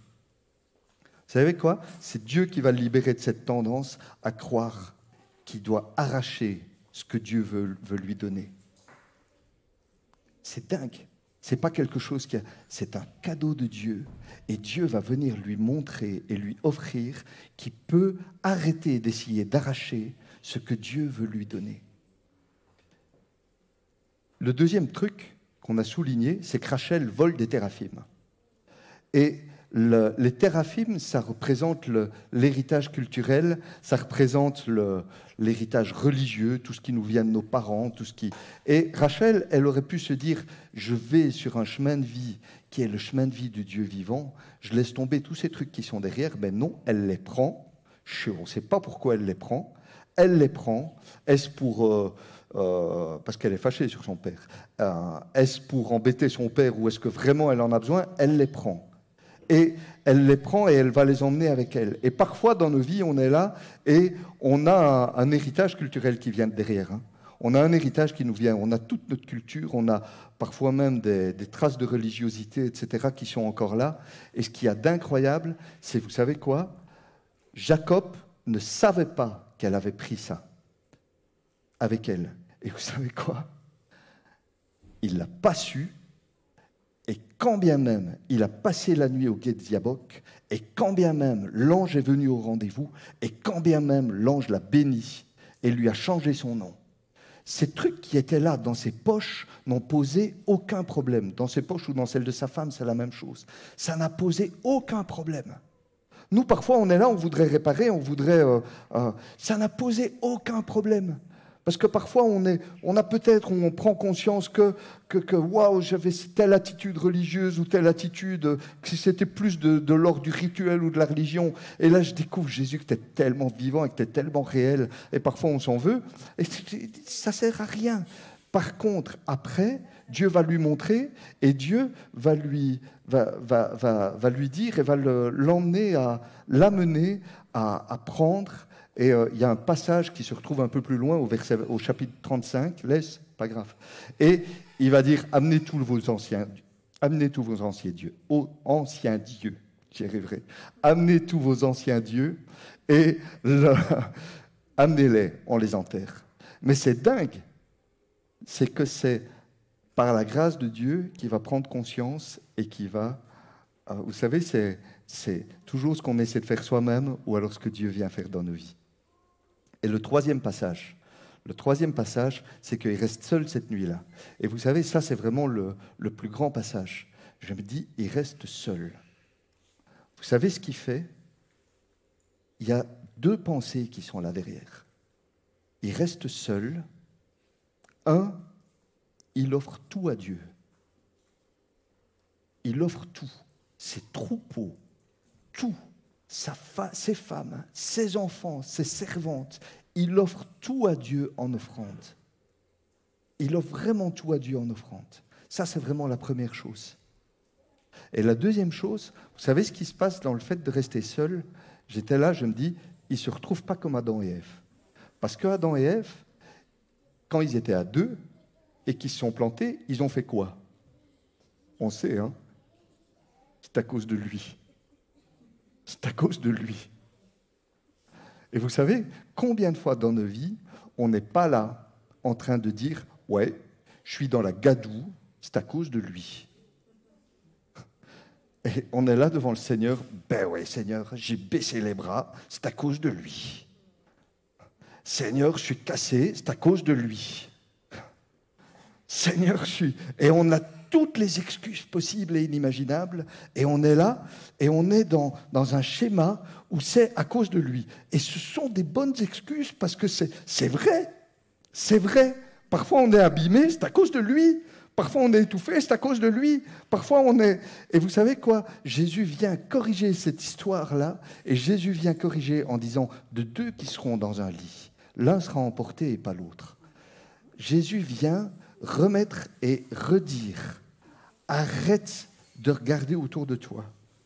arrête de regarder autour de toi et arrête de reporter la faute sur, et même arrête d'être freiné par que t'importe les autres. Toi, suis-moi. Que t'importe. Et vous savez ce qu'il y a là derrière? Ce qu'il y a là derrière, c'est qu'il va libérer les autres en se libérant lui-même. Et j'ai vraiment cette pensée, j'étais là en lisant, et je me disais, là derrière, il y a du pardon. Là derrière, il y a du pardon. Comment libère-t-on les autres? En les pardonnant. Et comment se libère-t-on soi-même? En les pardonnant. Et vous savez, on se retrouve, je sais qu'il y a une phrase importante, on se retrouve parfois à être là, à être piégé par ces histoires-là. Et le Seigneur est là, il dit, laisse partir, lâche, sors de ce schéma-là. C'est un schéma qui te permet de te justifier, qui permet, où ta chair est là, elle est en train et il lâche sa femme. Et il lâche sa femme, c'est fou, hein. Et il quitte, quelque part, alors on est là, on a tous ces versets qui nous disent que l'homme ne sépare pas ce que Dieu a uni, que l'homme ne... parce ils se marieront, ils ne formeront plus qu'une seule chair, ils ne formeront plus qu'une seule chair, mais on ne veut pas vivre par la chair. N'est-ce pas? Il n'a pas dit qu'on serait un seul esprit. Il a dit qu'ils ne seront plus qu'une seule chair. Mais on ne veut pas être charnel. On ne veut pas être charnel. Et ce moment où Jacob est là et où il envoie tout en offrande, il se permet, c'est un moment où Dieu lui permet de se retrouver seul face à lui-même, sans plus aucune excuse. Parce que parfois, nos démissions, elles sont là, elles sont justifiées. Nos attitudes de baisser les bras, elles sont justifiées. Et il est là, et Dieu va lui dire, laisse partir. Comment laisser partir? Pardonne. Il y a un verset en Marc qui nous dit, laisse, Marie, je te vois chercher il y a un verset en Marc qui nous montre, si vous ne pardonnez pas, votre Père ne vous pardonnera pas non plus. Le non-pardon nous empêche d'entrer dans la présence de Dieu. Et vous savez quoi, Jacob, il avait probablement pardonné, mais des dizaines et des dizaines de fois. Mais probablement, il avait probablement pardonné son père d'avoir préféré Ésaü à lui, d'avoir eu une préférence. Il avait probablement pardonné son père d'avoir eu des préférences. Il avait probablement pardonné son frère d'avoir eu des pulsions de meurtre. Il avait probablement pardonné Laban de l'avoir volé, de l'avoir massacré comme ça pendant 20 ans. Vous vous rendez compte, pour ceux qui n'auraient pas cette histoire en tête, à un moment, il est là, il veut épouser son amoureuse, et très brièvement, il veut épouser son amoureuse, et son beau-père lui dit « Ok, top là, c'est bon, on fait les fiançailles, il se marie, elle a un voile, etc. » Et puis, il va avec son amoureuse dans la chambre ou dans la tente, et le lendemain matin, et quand il y a un peu de lumière, il découvre que ce n'est pas son amoureuse. Vous vous rendez compte combien il a dû pardonner? Probablement qu'il avait dû pardonner. Il avait dû pardonner des dizaines de fois à son père, à son frère, même peut-être à sa mère de l'avoir poussé à tricher comme elle l'avait poussé à tricher. Il avait probablement pardonné. Mais là, il se trouvait devant Dieu. Et là, vous savez, de déposer les armes à un moment donné et de dire à Dieu, j'ai besoin de pardonner, mais je n'arrive pas à pardonner comme il faut. J'en ai toujours le souvenir. Et je pardonne aujourd'hui. Et j'ai pardonné hier, mais aujourd'hui, c'est encore là. Et la blessure est encore là. Et vous savez, Dieu invite au pardon comme le pardon de Dieu. Le pardon de Dieu, c'est un pardon qui ne se souvient plus des fautes. C'est un pardon, je notais et Dieu guérit. Vous savez, ce pardon-là, il vient uniquement de Dieu. Et Dieu guérit. Il guérit les offenses. Dans ce pardon-là, il guérit les offenses. Il guérit les blessures. Il efface les souffrances. Et il libère vraiment. Et vous savez, ce pardon-là, on l'a quand on est à un moment donné, comme Jacob, au pied du mur, et où on est là, et dit, Seigneur, ça fait mal, mais j'ai besoin de me libérer de cette souffrance. Je voudrais un vrai pardon. Et il va être au pied du mur et il va arrêter de pardonner. Il va dire, donne-moi ton pardon. Donne-moi ton pardon. Et c'est là que tout va commencer. C'est là que tout va commencer pour Jacob, parce qu'il est là, il va... Je suis content, je n'ai pas été trop long. Je vais juste conclure. Et c'est là que c'est là qu'il est là et qu'il va commencer à goûter vraiment à la bénédiction de Dieu. Et il va s'arrêter et il va déposer les armes. Il va déposer les armes parce qu'il en a marre de souffrir et d'entretenir. Et il va commencer vraiment, Seigneur, donne-moi le pardon pour un tel. Donne-moi le pardon pour un tel. Donne-le-moi. Et Dieu va venir, et le Seigneur va venir, et au moment où il baisse les armes, à ce moment-là, il va se rendre compte qu'il a passé 40 ans de sa vie à essayer d'arracher ce que Dieu était là à vouloir lui offrir.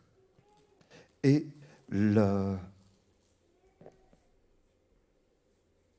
j'avais noté et deux pensées, c'est que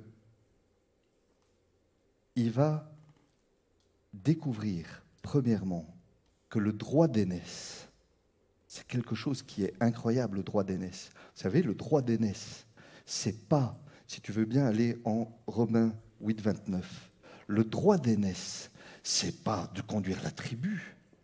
Le droit d'aînesse, qui est le fils aîné dans toute l'histoire? En Romains 8, 29, il est écrit, ceux qu'il a connus d'avance, il les a aussi prédestinés à être semblables à l'image de son Fils, afin que son Fils fût le premier-né de plusieurs frères. Le droit d'aînesse, c'est le droit du premier-né. Les premiers-nés, ce sont ceux qui sont là, qui sont en Égypte, qui sont les premiers-nés qui sont sauvés, qui sont rachetés par Dieu. Jacob connaissait cette histoire-là. Il avait probablement l'impression, il savait que le fils aîné était celui qui avait été racheté par Dieu pour être quoi? Pour être comme Jésus. Jésus qui s'offre pour le monde. Le droit d'aînesse, ce n'était pas quelque chose pour venir dominer sur une tribu et pour venir être possesseur le droit d'aînesse, c'était de venir et de participer, de faire partie des premiers-nés qui offrent leur vie pour le monde et d'être un des frères de Jésus, qui est le premier-né de toute la création et qui offre sa vie pour le monde. Et à ce moment-là, déjà premièrement, il a commencé probablement qu'il a compris ça, et il a commencé à décentrer son regard de son nombril et son regard de lui-même avec toutes ces petites luttes intérieures, et qu'il a commencé à poser les yeux sur le plan de grâce de l'Éternel. Et il s'est rendu compte qu'il faisait partie de quelque chose de tellement plus grand. De tellement plus grand. Et ensuite, la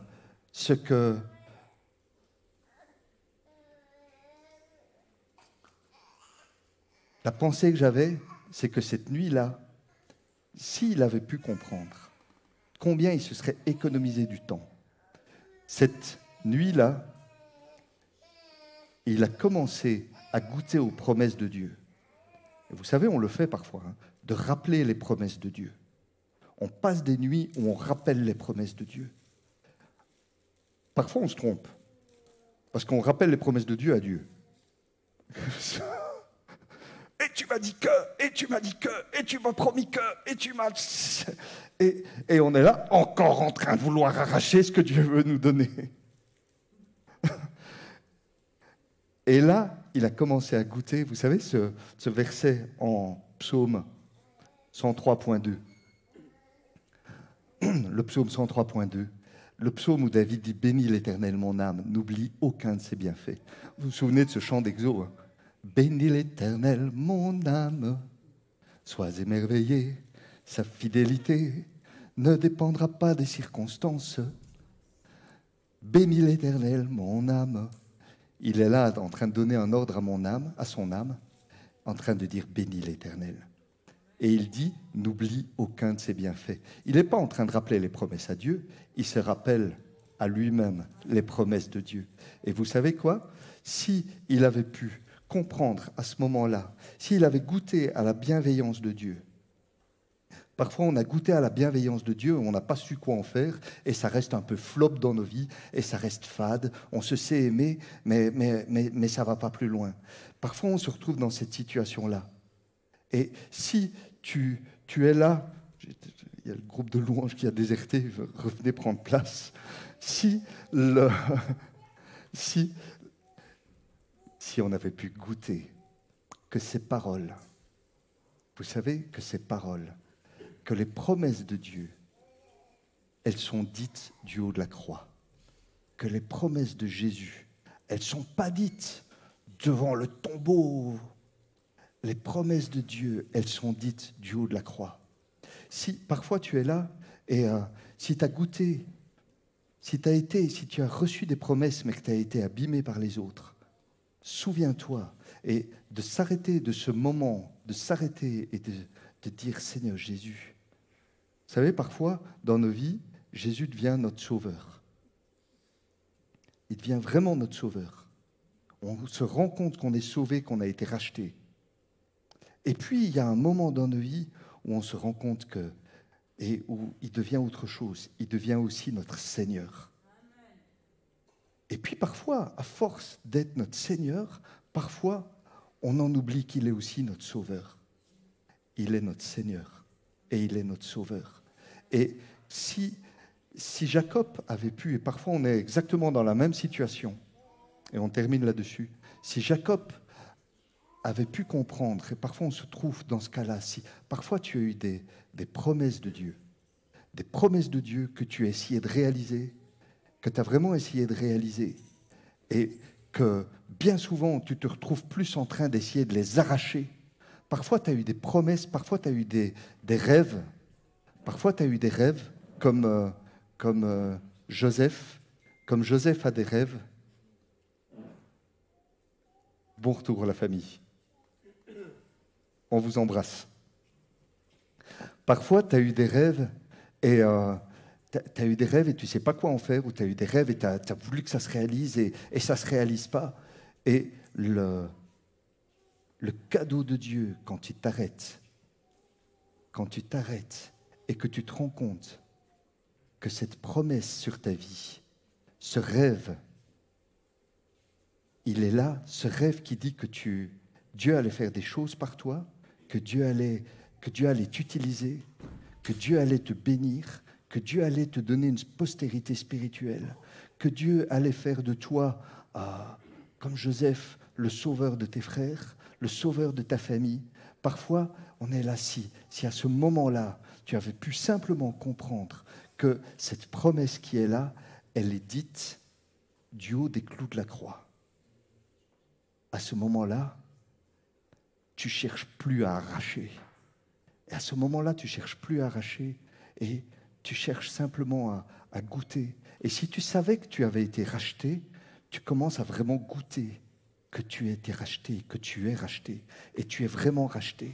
Et à ce moment-là, des pardons que tu as donnés 1000 fois pour pardonner ceux qui t'ont offensé, qui t'ont fait du mal, à ce moment-là, les pardons que tu reçois venant de Dieu, ce sont des pardons qui sont là et qui sont vraiment, qui viennent de lui.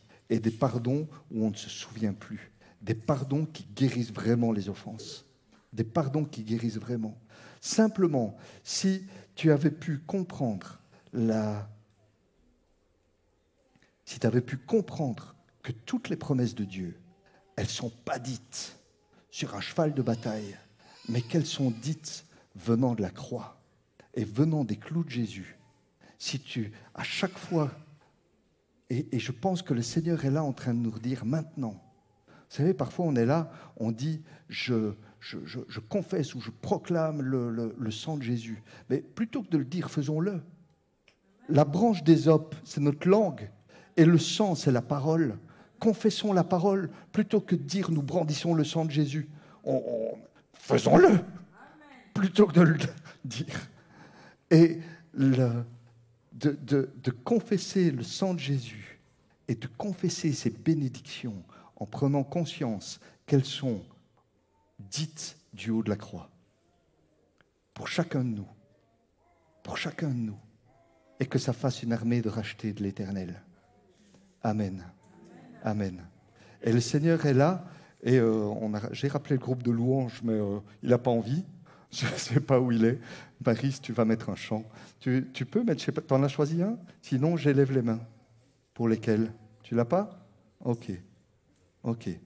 On va mettre un chant. On va mettre un chant et on va se préparer pour la Sainte Seine. Que le Seigneur vient nous offrir à chacun de reprendre et de ressaisir et de nous réapproprier les promesses dites du haut de la croix. Dites du haut de la croix. Pas pour faire de nous des mollassons. C'est pour ça que le titre aujourd'hui, je le corrigerai tantôt. Arracher, point d'interrogation, non. Accueillir, eh bien c'est accueillir et saisir. Accueillir et saisir. Alors même si je n'ai pas dormi avant 5 heures du matin, peu importe, je sais que la parole du Seigneur ne retourne jamais à elle sans effet. Et le Seigneur, et je propose, moi, me voici, je m'abandonne. Seigneur Jésus, tu es... Nous te rendons grâce, Jésus. Nous te rendons grâce, Seigneur, de ce que toutes les bénédictions que tu nous as données, Seigneur Jésus, tu nous les redonnes en nous faisant comprendre qu'elles viennent du haut de ta croix, Seigneur, avec passion, avec bonheur, et que tu nous dis à chacun, tu es agréable à l'Éternel. Et que tu nous dis à chacun, tu m'as fait sourire ce matin. Amen. Amen. Amen. Amen. On va chanter ce chant. Moi, je vais me lever. Je vais me lever. Ceux qui ont envie de se lever, se lèvent. Me voici. Me voici. Parce que le Seigneur nous donne la possibilité et la permission de nous lever. Tu as offert ta vie, un si grand sacrifice.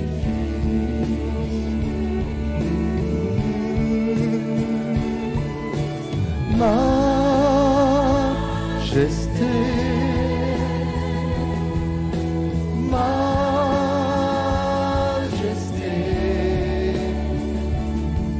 ta grâce m'a trouvé tel que je suis, Jésus. Je n'ai rien à toi, mais en toi je vis.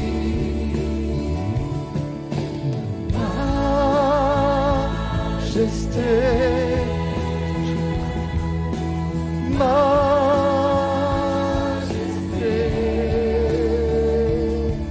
par ton amour je suis transformé en présence de ta majesté.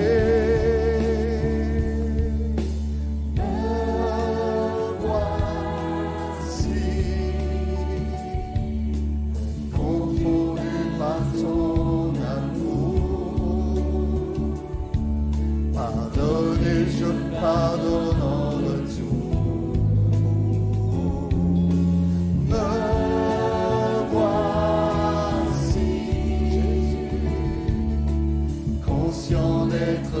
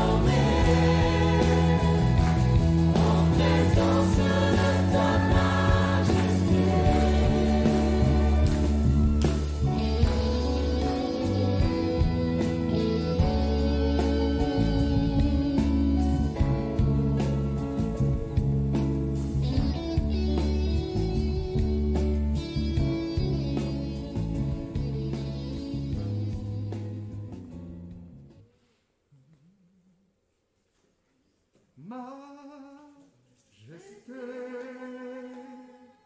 majesté,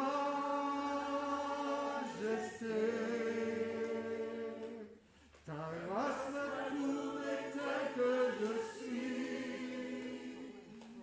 sans toi l'homme ne prie. Majesté. Amen. Amen.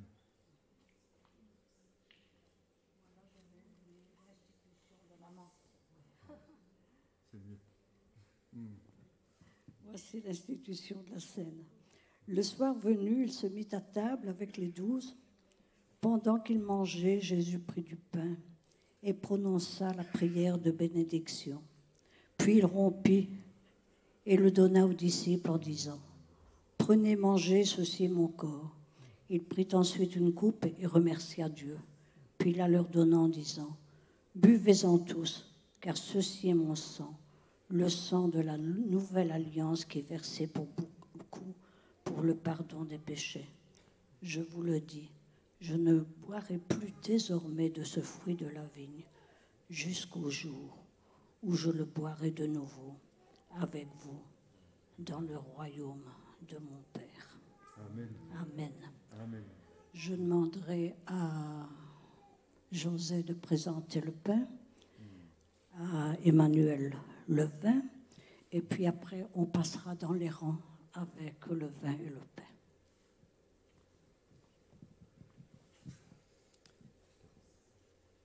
Nous voulons te dire que nous t'aimons avant toute chose.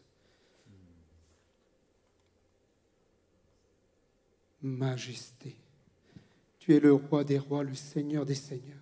Amen. Tu es notre ami, notre frère. Tu es notre berger.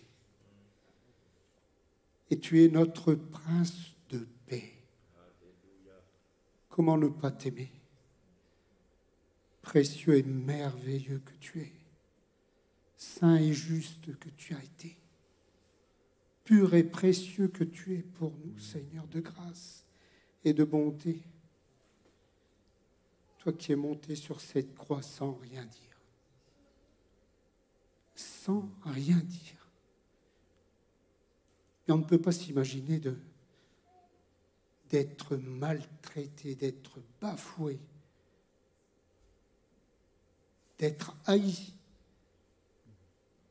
et de ne rien dire. Et tout simplement, à la fin de dire « Pardonne-leur parce qu'ils ne savent pas ce qu'ils font. » Papa, pardonne-leur parce qu'ils ne savent pas ce qu'ils ont fait. Ils m'ont tué, ils m'ont bafoué, ils m'ont meurtri, ils m'ont haï, alors que je n'ai fait que les aimer, que les aider. Et même ressusciter. Et moi, je n'ai rien dit sur cette croix. Tout simplement, pardonne-leur. Mais qui peut faire ça? Sinon lui, il est le seul à aimer de cet amour parfait. Comment ne pas l'aimer, comment ne pas l'adorer? Merci tendre et fabuleux et merveilleux. Jésus-Christ, merci pour ce que tu es, ce que tu as été. Et merci de nous avoir rachetés parce que nous ne méritions pas cela, Seigneur. Tu nous as rachetés. Précieux et fabuleux et merveilleux Jésus-Christ. Amen.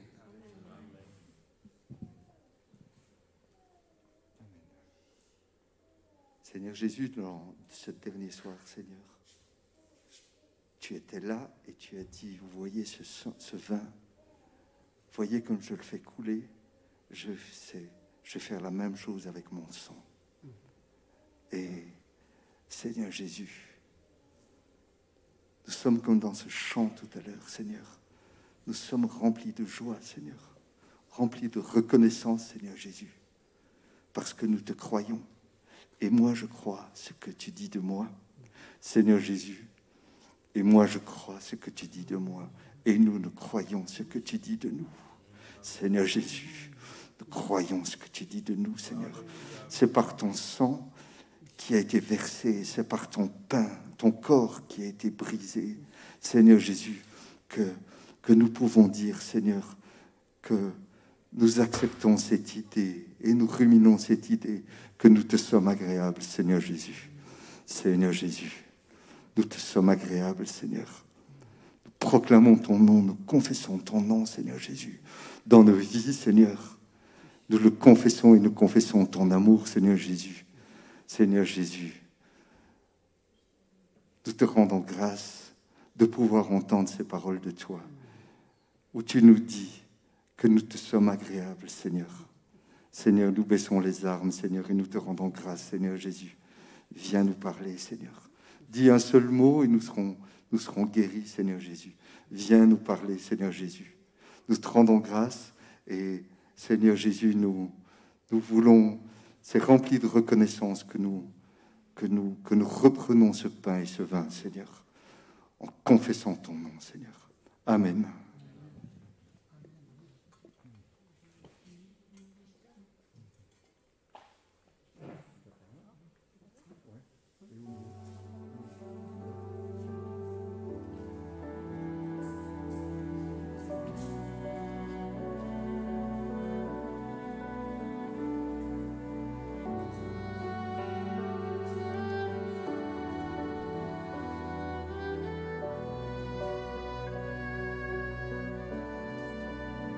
Me voici, je m'abandonne, premier des pécheurs, dernier des hommes, né de la poussière, aimé.